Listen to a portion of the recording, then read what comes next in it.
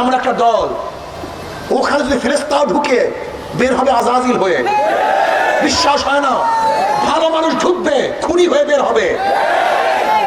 যুদ্ধ শেষ হয়ে যায় নাই, আবারও যুদ্ধ করতে হবে, আবারও সংগ্রাম করতে হবে, আবারও মাঠে নামতে হবে। জুলুম, অত্যাচার, অবিচার, খুন, ধর্ষণকে বন্ধ করতে হবে, মানুষ অধিকারকে ফিরিয়ে দিতে হবে।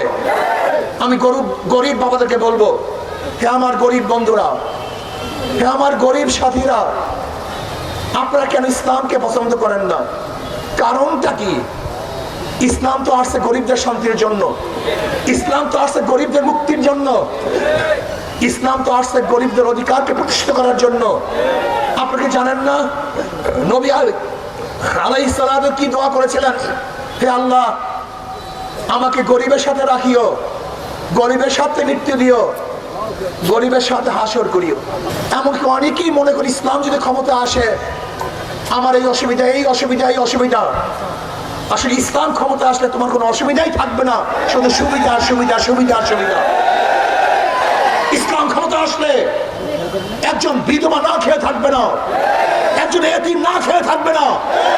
আবার যারা চোর, তারা বলে ইসলাম ক্ষমতা আসলে আমার চুরির অবস্থা কি হবে?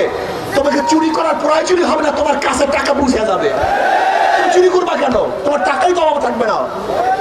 ঘুষখোররা মনে করে ইসলাম ক্ষমতা আসলে আমার ঘুষের অবস্থার কি হবে?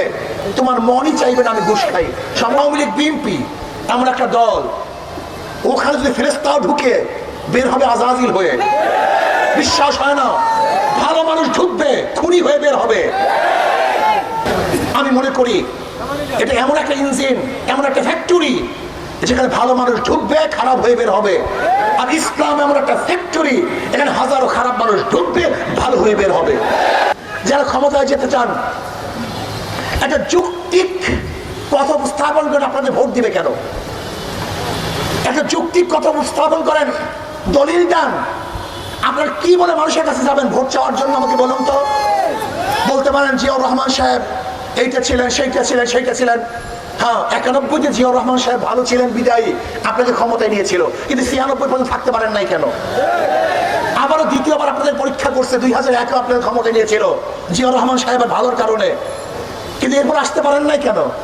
তার মানে জিয়াউর রহমান সাহেব ভালো ছিলেন, ভালো ছিলেন, এর জন্য মানুষ আপনাদেরকে ভোট দিয়েছে, কিন্তু পরীক্ষায় পাস করতে পারেননি, বারবার ফেল করেছেন। এ রাষ্ট্রকে দুর্নীতিতে 3বার চ্যাম্পিয়নশিপ করেছেন, হেট্রিক করেছেন আপনার আমলে। এদেশের খুন ধর্ষণ বেড়ে গিয়েছিল। র‍্যাব কাদের আমলে জানেন আপনারা? বিএনপির আমলে। কেন করেছিল?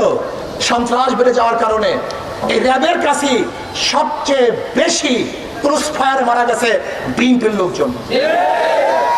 আজকে ক্ষমতা আসতে পারে নাই, রাগ করেন কেন? ফখরুল সাহেব বলেছেন র্যাম্বো নেশন করবেন।